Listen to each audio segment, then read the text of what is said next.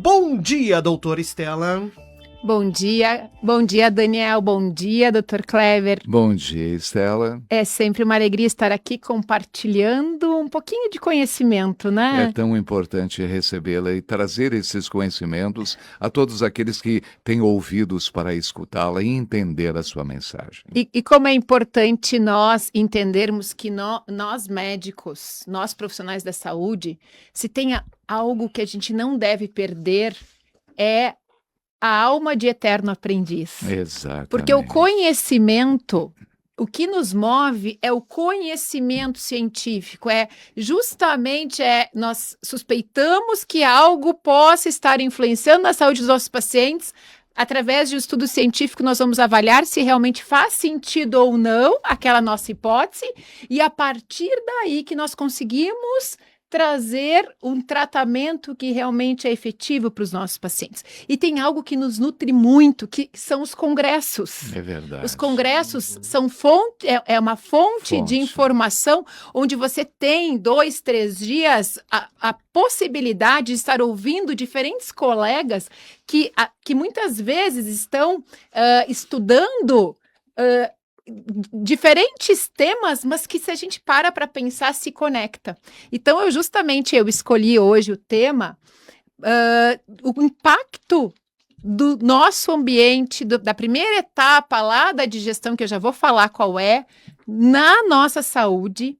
E baseado no que eu experienciei recentemente, eu participei do Congresso Internacional de Mudança de Medicina do Estilo de Vida, muito focado na parte comportamental e também na saúde mental, agora que foi recentemente em São Paulo. Eu fiz o congresso online e eu quero compartilhar um pouquinho com vocês dos insights. Mas a gente fica muito feliz que você traga as novidades, o momento, né? Porque os pesquisadores, os estudiosos, os médicos, os especialistas, eles estão sempre observando, né? Observando o que está acontecendo no mundo e o que é melhor para a nossa saúde. Maravilha! Doutora Estela, seu tema é tão importante. Parece simples, mas não é. Uhum. Qual o primeiro passo para uma boa digestão? O que é uma boa digestão, doutora Estela? Então, doutor Kleber, o que é o esperado? O esperado é que nós tomemos a decisão do que nós vamos comer. E, claro que a gente faz todo aquele processo de mastigação, de saborear a comida, e até nós engolirmos a comida, depende da nossa vontade. As escolhas estão na nossa mão. O que eu vou comer, a forma como eu vou comer, se eu vou mastigar mais ou menos, se eu vou saborear ou não essa comida, até o momento em que eu vou deglutir. Depois que eu deglutir, depois que eu engolir esse alimento, eu não tenho mais comando, porque a partir daí o comando é da onde? Do sistema nervoso central. Junto, ele se conecta o tempo inteiro através do eixo, né? Nós sabemos que tem conexões neuronais, mas não é só o nervo vago, que é o principal conexão. Tem outras vias também onde o cérebro se conecta o tempo inteiro, né? Então, cérebro com estômago, cérebro com esôfago, cérebro com intestino. Claro que o principal eixo falado hoje é o eixo intestino-cérebro, mas o tempo inteiro ele está se comunicando. E o que é o esperado? O esperado é que a gente não tenha desconforto. Não é normal nós sentirmos estufado, nós sentirmos aqueles arrotos, a sensação de azia, de queimação depois que come. A não ser, claro, que comeu um monte de comida, comeu uma churrascada. É normal, comer demais, eu senti que o abdômen realmente está distendido. Mas numa refeição com quantidades habituais, não seria esperado. E o problema é que muitas vezes a pessoa se acostuma a ter má digestão. Ela passa uma vida sempre tomando um chazinho digestivo porque não se sente bem. Ou tomando remédios para digestão logo depois. Então, ela normaliza, né? Exato. E o que eu trago hoje para vocês, pessoal? A primeira fase da digestão não começa no estômago. Aonde que começa, Estela? No cérebro. Chama-se fase cefálica. Olha só. Olha que interessante. Não é nem a mastigação, antes da mastigação. Vamos lá, pessoal, para vocês entenderem. Eu agora vou convidar vocês a pensarem que vocês estão lá, chegaram na casa de uma pessoa muito querida, essa pessoa está fazendo pão. E aí vocês já sentem aquele cheirinho de pão. Ah, que gostoso. Ativa. A minha casa da minha mãe, lá em Pelotas, ela ama fazer pão. E quando Ah. eu acordo assim de manhã, tem aquele cheirinho de pão. Nossa, Coisa o que maravilhosa. acontece? Aquele cheirinho de pão, aquele cheirinho de café sendo passado. O que acontece no corpo de vocês? Estimula a vontade. A gente tem a vontade de comer, a gente começa a salivar, Começa a ativar. começa a ativar as nossas memórias. E para mim, café com leite, pão tem muito cheio, como eu disse, né? Muito esse sabor de casa de mãe, de vó, Isso. não é? E nós desenvolvemos aquele desejo pela comida. Hum. Mas nesse período onde eu começo a sentir o cheiro, e aí, claro que eu tenho aquele desejo, o nervo vago vai acionar uma série de mecanismos que vai preparar o meu corpo para a digestão. Olha. Então, desde produção de saliva e as enzimas salivares, a produção do ácido clorídrico, que vai me ajudar a quebrar principalmente as proteínas. A vesícula, né, ela vai se preparar, vai liberar um hormônio chamado colecistocinina, né, para já preparar a vesícula, se caso essa alimentação tiver um pouco mais de gordura, para liberar a bile. Ou seja, o nosso corpo vai se preparar. A gente nem abriu a boca. A gente nem abriu a mas boca. o processo já começou. Já começou. O que acontece no mundo moderno? A gente está cada vez mais encurtando esse tempo. Na pressa, eu sento e eu já quero comer. É verdade. E o meu corpo não está preparado, né? Então, eu acho que isso, né, é muito interessante, porque a nossa digestão, nós precisamos acionar o modo calma. O nervo vago, o sistema que rege o nervo vago é o sistema nervoso parasimpático. Nós temos o sistema nervoso autônomo, aquele que funciona sozinho. O simpático, que é do estresse, da luta e fuga, que nos prepara para lutar, correr ou fugir. E o parasimpático, que é da calma. Tem atividades no nosso corpo que nós conseguimos executar melhor quando o simpático está ativado e outras quando o parasimpático. Exemplo, eu preciso correr, né? Por exemplo, eu gosto de correr. Quando eu estou correndo, é o simpático que está ativado. Aumenta a frequência cardíaca, eu não tenho vontade de urinar, eu não tenho vontade de evacuar. Por quê? Porque eu preciso, estou naquele modo lutar ou fugir. Na verdade, como eu digo, é atividade física. Mas, imagina que tenha uma ameaça, tem um ladrão correndo atrás de mim, né? Eu preciso justamente, não é hora de parar para comer, não é hora de parar para ir no banheiro, não é hora de descansar, certo? Por outro lado, o parasimpático, eu indico que o simpático, imagina que é o acelerador da mente. E o parasimpático é o freio. E a gente não consegue apertar no freio e no acelerador ao mesmo tempo. Então, a digestão, por outro lado, assim como o sono, assim como a evacuação, depende que o sistema nervoso parasimpático esteja ativado, que é o modo calma. O que está acontecendo no século XXI? A aceleração. Estresse crônico. Crônico. O parasimpático cada vez menos tendo espaço. Isso. E o simpático cada vez mais a mil. E aí a digestão ela fica desorganizada. Uma Porque nós turbulência. nós não estamos preparando o nosso sistema para alimentar. E aí o que acontece, Dr. Kleber? De novo, primeiro, então dá esse tempo, porque para sentir, para a gente recuperar os sentidos do olfato, da audição, do paladar, Tem que parar um pouco. a gente precisa Dá um pausar. time. Não. Porque no estresse a gente não sente cheiro, a gente não sente direito gosto, a gente não, eu digo, né, não degusta aquele momento, Não saboreia. não saboreia. Então, muito, né, lá na minha consulta, e eu retomei, e cada vez mais para mim, eu tenho muita clareza de que tem um lugar que a gente precisa cada vez mais tempo, é na consulta médica. Porque na consulta médica, hoje a gente trouxe para a consulta médica o modo século XXI de viver, na pressa, rápido, vamos lá.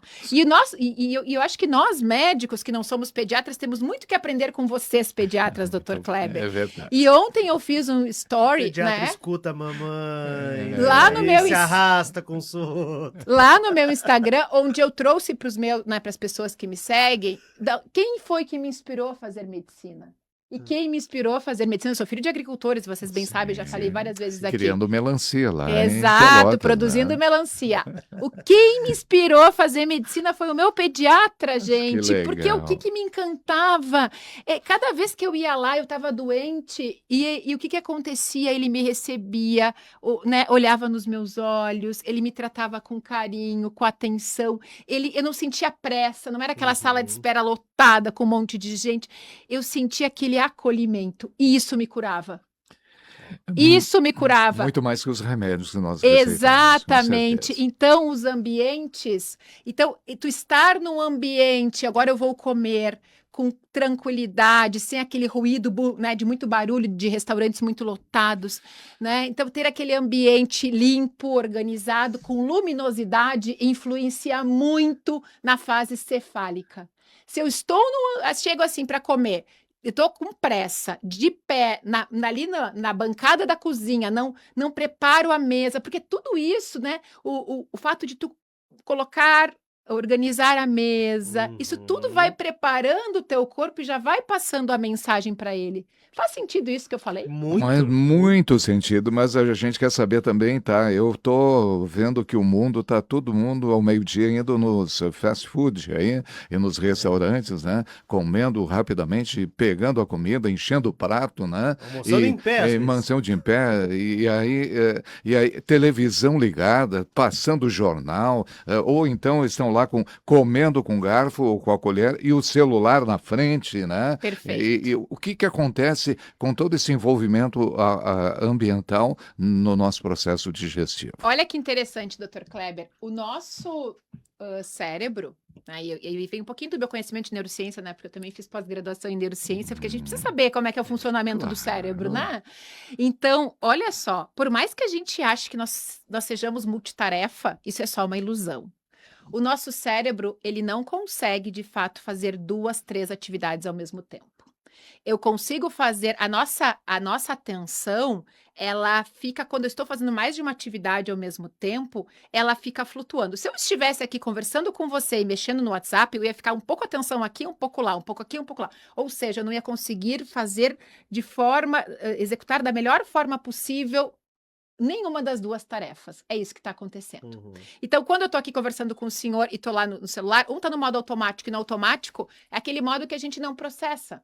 Hoje, eu recebo muitos pacientes me dizendo assim, doutora, eu estou com problema de memória, eu acho que eu estou desenvolvendo, eu estou com medo de estar com Alzheimer. E aí eu ajudo os pacientes a entenderem, será que é problema de memória ou será que é de atenção? É de atenção. Então, por exemplo, Foco. eu várias vezes, e eu sou ser humano, gente, eu também tenho essas dificuldades que os pacientes me trazem. Não pensa que comigo é diferente, não. Claro que eu estudei um pouquinho mais e talvez eu tenha esse conhecimento que me ajuda a compreender, né, antes de achar que eu esteja doente. Por exemplo, seguido lá na minha casa, eu não sei onde é que está a chave. Onde é que está a minha chave?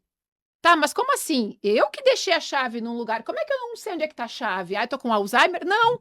Quando eu coloquei a chave num determinado lugar, a minha atenção estava em outro lugar. Então, o que aconteceu? Eu não registrei. Por quê? O nosso cérebro, de novo, nós temos que tomar mais ou menos 50 mil decisões por dia. Imagina se a gente tivesse que pensar em cada uma dessas decisões. E cada uma dessas decisões tem muitas opções. O que o cérebro vai vendo? O Dr. Kleber hoje fez isso, amanhã fez isso, depois de amanhã fez isso. Quando ele avalia que os comportamentos estão sendo repetitivos, o cérebro ele aprende. Ele cria um circuito para facilitar, para você não precisar pensar. Muito e isso interessante. acontece com a nossa mastigação também. Como a gente mastiga todos os dias, o cérebro fez o quê? Ele aprendeu a mastigar sozinho, sem pensar. No modo automático. No modo automático. Só que o problema é o seguinte, primeira, segunda e terceira garfada, eu tô sentindo o gosto da comida, tá? Porque os receptores do paladar, eles estão disponíveis. A partir da terceira garfada, os receptores do paladar, eles vão se saturando. Se eu não presto atenção, eu não sinto mais o gosto da comida. Então, se eu tô aqui comendo na tela, o primeiro problema é o seguinte, eu não tô saboreando a comida. E, consequentemente, eu tendo a comer mais rápido. 1, 2, 3, engole, 1, 2, 3, engole, 1, 2, 3, engole, 1, 2, 3, engole. Quando vem em 5 minutos, eu terminei de comer.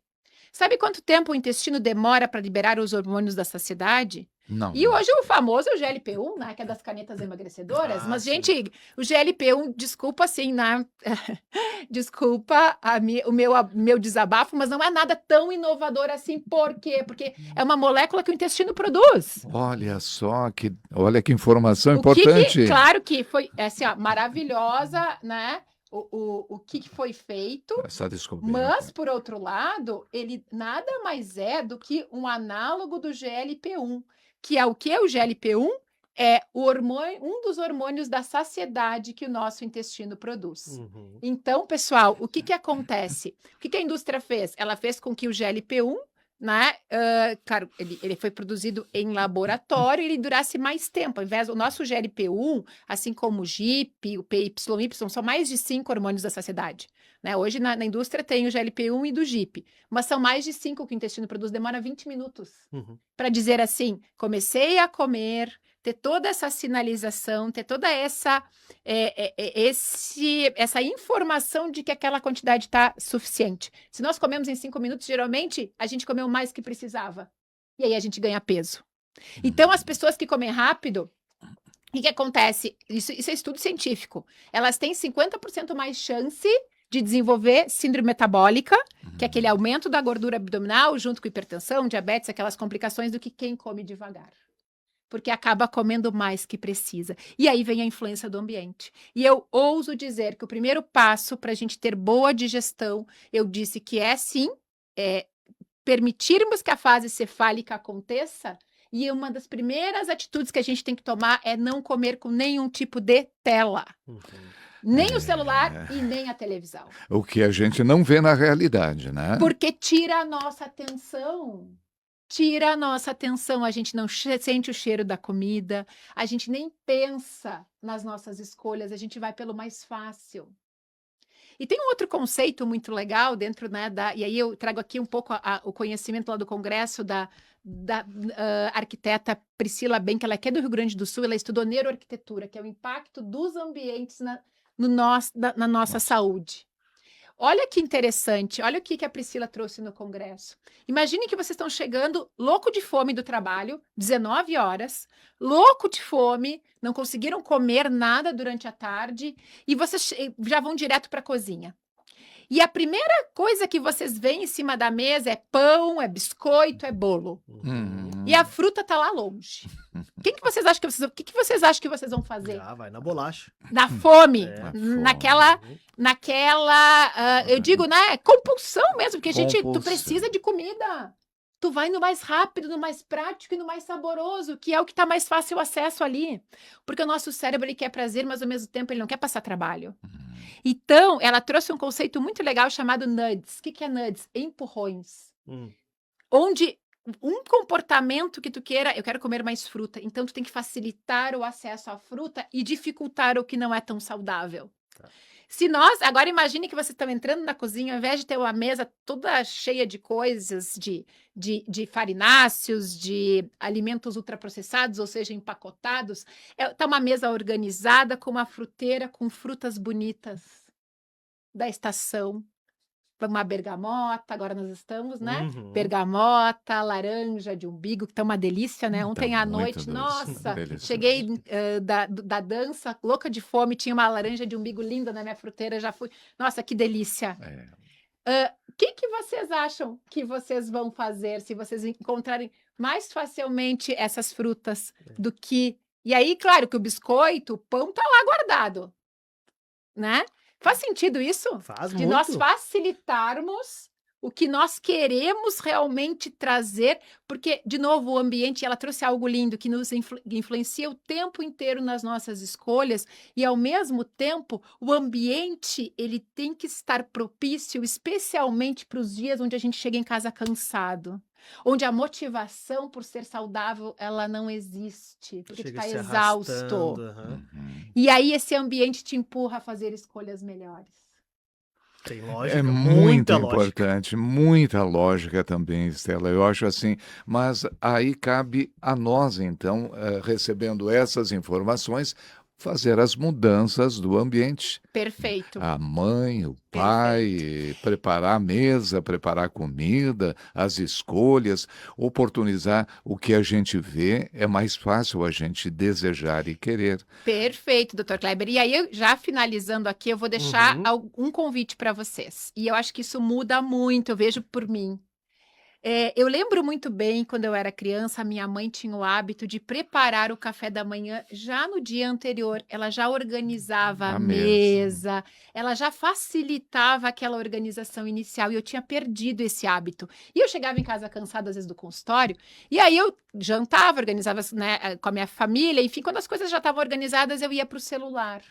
Aí eu me dei conta que, tipo, aquilo não estava me fazendo descansar, muito pelo contrário. Eu comecei a usar meu tempo depois do jantar para primeiro tomar meu chá, né, Uhum. digestivo, e depois para pensar e organizar já o meu café da manhã do outro dia. Então eu coloco a minha mesa, eu já deixo as coisas mais ou menos organizadas, porque tu começar o dia bem nutrido, com um bom café da manhã, faz a diferença. Se a gente conseguir já essa questão de organizo louça, já deixa as coisas mais ou menos né, já mais ou menos à mão, tu vai ter mais tempo para degustar teu café da manhã. Sim. Tirar o celular da mesa. Gente, se vocês querem recuperar a saúde de vocês, tirem o celular desses 3 lugares. Prestem bem atenção. Da mesa, do banheiro e da cama. Mesa, para vocês voltarem a ter prazer na comida, a degustar a comida, a mastigar a comida. Do banheiro, para que o banheiro, se vocês estão lá com o celular, dopamina, sistema nervoso simpático, alerta, tu precisa relaxar para evacuar. Tu tá no mundo, gente, como é que tu vai evacuar? É que nem tu tivesse assim numa vitrine evacuando, porque ali é. Aham. Como é que tu vai relaxar para conseguir evacuar? E aí vem hoje cada vez mais esse aumento da constipação, que tem muito a ver com o nosso estilo de vida moderno, mas com esses hábitos que a gente foi colocando na nossa vida, porque traz muita dopamina e o cérebro busca a dopamina, mas a gente não tá se dando conta que está nos adoecendo. Pessoal, banheiro é o seguinte, deu vontade, sentou no vaso, 1, 2, 3 minutinhos, conseguiu evacuar, ótimo, não conseguiu, não tem que estar forçando, isso aumenta a hemorroida, aumenta o risco de complicações, ficar mais tempo, usar o celular no banheiro, além do risco de contaminação, porque tu tá levando bactérias para a mesa, para um monte de lugar, porque tu não consegue lavar o celular depois de levar para o banheiro. Sim. Tu estás também aumentando o tempo sentado no vaso. Isso comprime o assoalho pélvico, aumenta o risco de hemorroidas e de complicações a longo prazo também. E o terceiro, na cama, pessoal. Celular na cama quer dizer o quê? Estresse. Por quê? Porque nos ativa esse modo luta e fuga. Esse modo, a gente fica com realmente, de novo, menos relaxados. Mesmo eu vendo um vídeo, eu ligo lá o meu celular, boto um fonezinho no ouvido e vou deitar, ouvindo uma história, uma narrativa. Isso também influencia negativamente, Então, não? principalmente, olha que interessante, doutor Cléber, essa sua pergunta, o impacto do celular no sono. Tem muito a ver com a luz do celular, da tela, ela é uma luz de espectro azul, e a luz de espectro azul penetra na nossa retina e o nosso ciclo circadiano, que rege a cortisol e melatonina, ele entende que é de dia. Porque a luz do celular, ela é mais parecida com a luz da rua, que é a luz de espectro azul, do que a luz da nossa casa, que geralmente são a luz amarela, que é a que mais relaxa, né? Então, ele tende a nos deixar mais alerta. Mas, segundo os últimos estudos, parece também que o conteúdo, porque daí o cérebro gosta muito de novidade, e aí isso ativa ele. Então, só que não é a hora de ser ativado, é a hora de relaxamento. Exato. Então, voltar para uma leitura tranquila antes de dormir. Eu sempre digo, né, lá no consultório, eu tenho uma forma de trabalhar com os pacientes a parte do sono, que é ter uma caixinha para guardar o celular, para colocar limite. Porque, de novo, o nosso cérebro ele não tem limite para o que é prazeroso. Quem tem que colocar o limite somos nós. E muitas vezes, e a caixinha nada mais é do que dificultar o acesso ao celular. Quando eu coloco ele dentro de uma caixinha, eu tenho que parar para pensar que eu preciso usar o celular, não vai no automático, porque como o nosso cérebro hoje já desenvolveu o hábito, eu tô lá na fila do banco, eu nem quero, nem tem mais fila do banco hoje em dia, né? Na fila do mercado, né? Eu tô lá na fila do mercado, eu nem queria estar mexendo no celular, quando eu vejo já no automático eu tô mexendo. Então tu tem que dificultar, né? Que nem no carro, eu tava desenvolvendo um hábito péssimo, que parava na sinaleira e olhava o WhatsApp.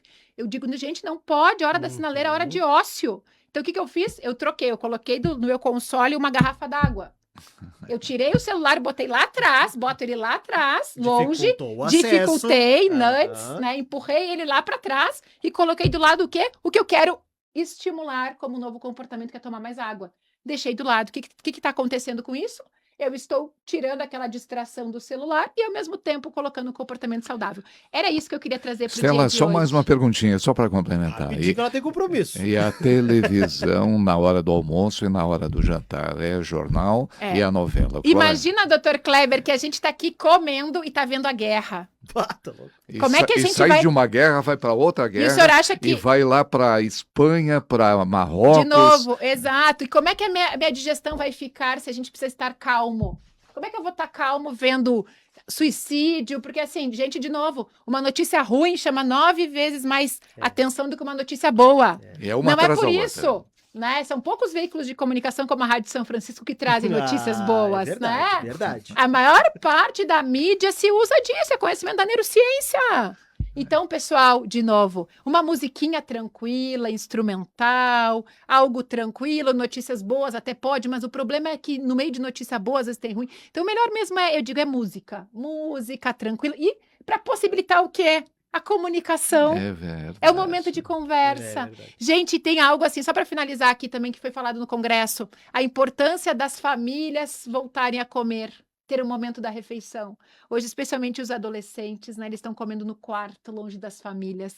E isso é muito ruim para a saúde mental deles. Foi falado, né, também, teve o pediatra que teve uma mesa linda, se não me falha a memória, o Dr. Sidney, lá da USP, e ele falou justamente disso, da importância de nós famílias termos um momento, pelo menos uma vez por dia, fazermos as refeições em família. É o momento do diálogo. Meu filho, como foi teu dia? Como foi? Amanhã a mãe vai fazer almoço em casa. O que tu gostaria de que a mãe fizesse de almoço? É um momento de conexão. É verdade. Então não esqueçam, pessoal, Keep querem ter boa calm. digestão? Retirem o celular da mesa, desliguem a televisão, respirem fundo, respiração, oração também, Dr. Kleber, é o sim. ativo parasimpático, respirar fundo ativa o nervo vago, ou seja, o parasimpático, assim como também a oração é uma outra forma, né? Então Isso a é- gente tem mecanismos sim de acalmar a mente. Né, e de dizer assim para o nosso cérebro, estamos preparados, agora eu posso comer.